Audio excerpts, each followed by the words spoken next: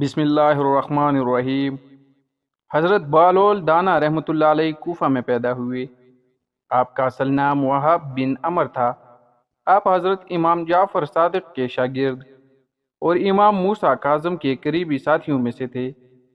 خلیفہ ہارون الرشید نے جب امام موسیٰ کاظم کے ساتھیوں کو ایک ایک کر کے ختم کرنا شروع کر دیا تو آپ کچھ ساتھیوں کے ہمراہ امام موسیٰ کاظم سے ملے جو اس وقت زیر حراست تھے۔ جب امام موسیٰ کاظم سے درپیش حالات کے حوالے سے مشورہ مانگا تو آپ نے صرف ایک حرف جیم لکھ کر دیا۔ اس حرف کی سب نے اپنے اپنے انداز سے تشریح کی اور اس پر عمل کیا۔ جیم سے جلا وطن، جبل یعنی پہاڑ، اور حضرت بہلول دانا کے لیے جیم سے جنون۔ اگلے روز آپ نے اپنی عالیشان زندگی کو خیر آباد کہا اور فقیرانہ حلیے میں بغداد کی گلیوں میں پھرنا شروع کر دیا۔ جلد اہل بغداد نے آپ کو بہلول مجنوں کے نام سے پکارنا شروع کر دیا اور اس طرح آپ ہارون الرشید کے عطاب سے محفوظ ہو گئے۔ حضرت بہلول دانا رحمۃ اللہ علیہ کی ملاقات خلیفہ ہارون الرشید سے ہوئی تو خلیفہ، جو آپ کو مجذوب اور دیوانہ سمجھتا تھا، اس نے ایک چھڑی اٹھا کر آپ رحمۃ اللہ علیہ کو دی اور مزاحاً کہا کہ بہلول، یہ چھڑی تمہیں دے رہا ہوں، جو شخص تمہیں اپنے سے زیادہ بیوقوف نظر آئے اسے دے دینا۔ حضرت بہلول رحمۃ اللہ علیہ نے بڑی سنجیدگی کے ساتھ چھڑی لے کر رکھ لی اور واپس چلے آئے۔ کچھ عرصے کے بعد ہارون الرشید کو سخت بیماری لاحق ہو گئی۔ بچنے کی کوئی امید نہ رہی۔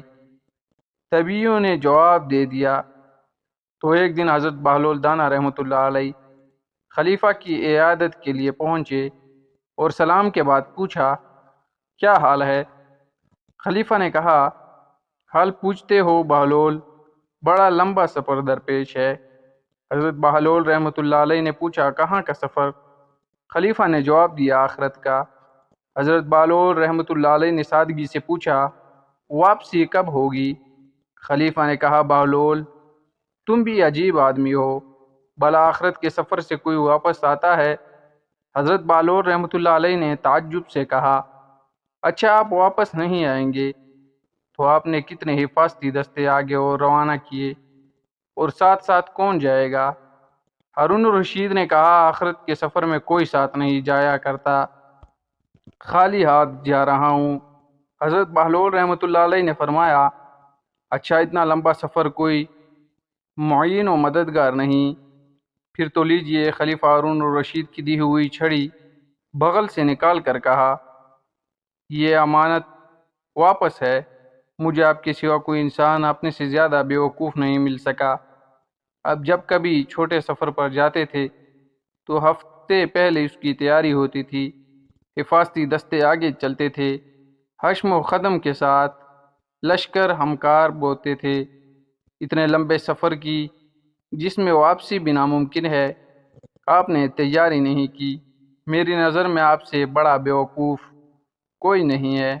چھڑی واپس دے کر حضرت بہلول دانا رحمۃ اللہ علیہ چلے گئے اور اس ملاقات کے بعد خلیفہ ہارون الرشید کی طبیعت درست ہو گئی۔